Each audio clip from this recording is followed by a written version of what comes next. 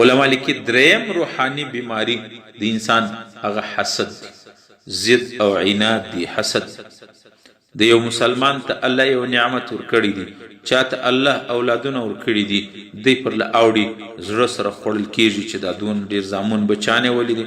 چاته الله دولت ورکړي، چاته الله علم ورکړي، چاته الله حسن ورکړي، چاته الله کمال ورکړي، چاته الله आवाज ورکړي، چاته الله یو نو بل نعمت دنیا ورکړي، دی هغه د نعمت چې الله ورکړي دي اخیستلی خو نسي، حسد ورسره کوي، ضد ورسره کوي. نبی علیه الصلاة والسلام فرمایي دا د زړه بیماری ده. دا سړی هارت پیشنټ دی، دا د زړه خطرناکه بیماری لري. که د دې علاج نه وسو د تمام لمنځونه عبادتونه د تمام اعمال ختم سي، دا به ټوله وسوځل سي که هر څونه عمل کړي. ځکه رسول الله صلی الله علیه وسلم فرمایي ان الحسد لتأکل الحسنات کما تأکل النار الحطب.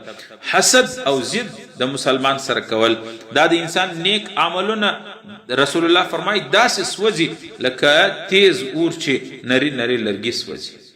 یو حدیث کې راځي نبی علیہ السلام فرمایي لا تحاسدوا، اے مؤمنانو زما امتیانو یو بل سره حسد مکوي، ولا تباغضوا یو بل سره بغض او عناد مکوي، ولا تدابروا یو بل پسې مپسې کېږي نقصان مرسوي، وکونوا عباد الله اخوانا ټول سره ورونه د الله بندگان.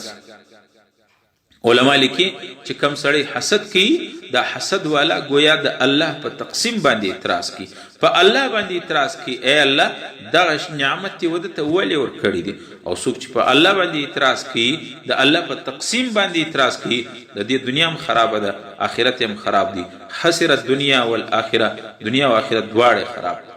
بهرحال د انسان د روح او د زړه بیماریانو کې درېمه بیماری هغه حسد او څلرمه بیماری د انسان د روح چې انسان روح ته لګیږي. نبی علیہ الصلوۃ والسلام فرمایي روحاني بیماری هغه د درواغ دی. ډېر خلک دروغ وایي په مجلسو کې، خلک خندولو دپاره هم دروغ وایي. یو حدیث کې راځي پیغمبر علیه السلام فرمایي د انسان د جهنم دپاره بس دغه یوه ګناه کافي ده چې په مجلس کې ناست وي صرف د خلکو د خندولو دپاره دروغ ووایي. الله نبی فرمای بس که نور هیڅ ګناه نه وکړي دا ګناه بس ده چې په مجلس کې ناستي د خلکو د بانډار ګرمولو دپاره، د مجلس ګرمولو دپاره، د خلکو د خندولو دپاره دروغ ووایي، دروغ ووایي. نبی علیه السلام وایي دغه ګناه د جهنم دپاره بس، د دې سړي دپاره بس ده، بس دا ګناه جهنم ته بیایي. الله مې دې د دروغ او د بدګویي څخه وساتي. قرآن کریم کې الله تعالی فرمایي ومن اظلم ممن افترى على الله کذبا، د هغه څوک زیات ظالم دی چې په الله باندې کذب او درواغ وتړي. یو حدیث کې راځي نبی علیہ الصلوۃ والسلام فرمایي الکاذب عدو الله، کم سړی چې په مجلس په خپلو خبرو کې دروغ وایي، دروغ واقعات بیاني، دروغ وایي، درواغ وایي، الله نبی فرمایي چې دا د الله دشمن دی. د دروغ ویل دا د الله دشمنی ده.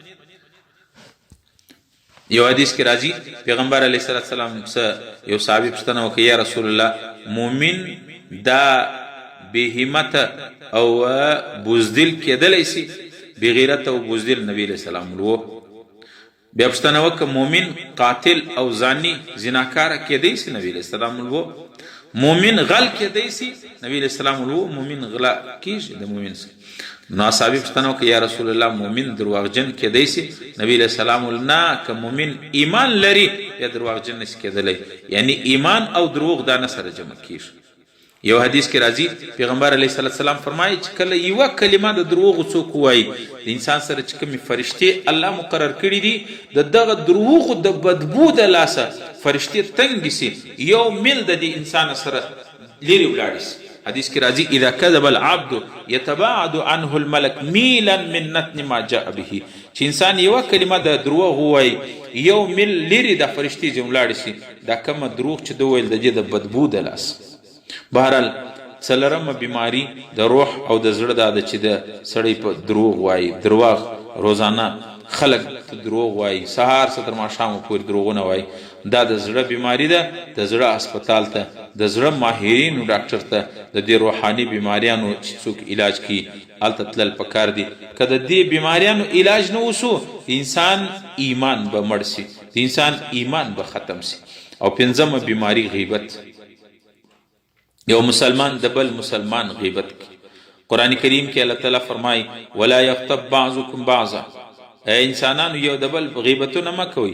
ایحب احدکم ان یاکل لحم اخیه میتا فکرهتموه واتقوا الله ان الله تواب الرحیم. الله تعالی غیبت داسې دی لکه یو مسلمان د بل یو مسلمان ورور مړ سي، د مرګ بعد د هغه د لاش د ورسي د هغه د بدن سه په غاښو باندې غوښې راشکي خوري، د خپل مړه ورور غوښې په غاښو راوشکي خوري. رسول الله فرمایي چې غیبت دومره د دې څه هم زیات ګناه ده. یو حدیث کې راځي پیغمبر علیه السلام فرمایي الغیبت اشد من الزنا، غیبت دا تر زنا ډیر زیات سخت دی. یو سړی د یو بیګانه زنانې سره مخ تور کې د الله په لعنت ځان ووایي زنا وکړي، د دې څه زیاته ګناه دا ده چې څوک غیبت کوي. غیبت والا تر زناکاره زیات بدکاره دی، زیات مجرم دی. یو صحابي نبی علیه الصلاة والسلام پوښتنه وکړه، سأل رسول الله صلی الله علیه وسلم، پیغمبر علیه السلام پوښتنه وکړه اتدرون ما الغیبه، صحابه ته تاسو خبر یاست غیبت چی ته ویل کیږي؟ قالوا الله ورسوله اعلم، صحابه الله او د الله رسول خبر دی. قال ذکرک اخاک بما یکره، نبی علیہ السلام فرمایل غیبت د عادي چې په چا کې یو شی د هغوی یو کمی داسې خبره چې دی نه خوښوي ته مجلس ته بیان کې خلک په خبر کې. قیل یو سړي یو صحابي پوښتنه وکړه ان کان فی اخی ما اقول، که دا کومه خبره چې د ده په باره کې زه کوم هغه کار و کمزوري په دې کې سته؟ نبی علیہ السلام فرمایل قال ان کان فیه ما تقول فقد اغتبته، که چیرې په ده کې یو نقصان او هغه عیب سته ته خلک په خبر کې دا خو دې غیبت وکړي، د دې عمل ګناه در زنا زیاته ده. او و ان لم یکن فی، او که چیرې ته د یو چا تنقیص وکړي نقصان غیبت یې وکړي هغه عمل په ده کې نه وي ما تقول فقد بهته، تا په ده باندې بهتان ولګاوي. یعنی تر غیبت زیاته ګناه دې وکړله چې یو مسلمان کې یو شی نسته تا په ده ته نسبت وکړي چې دا کار دی کی. نبی علیہ السلام فرمایي دا د غیبت هم زیاته ګناه ده، بهتان ده. یو حدیث کې راځي پیغمبر علیہ السلام وایي کله چې زه شب معراج ته تللم نو ما هلته مختلف حالات او مناظر مې ولیدل.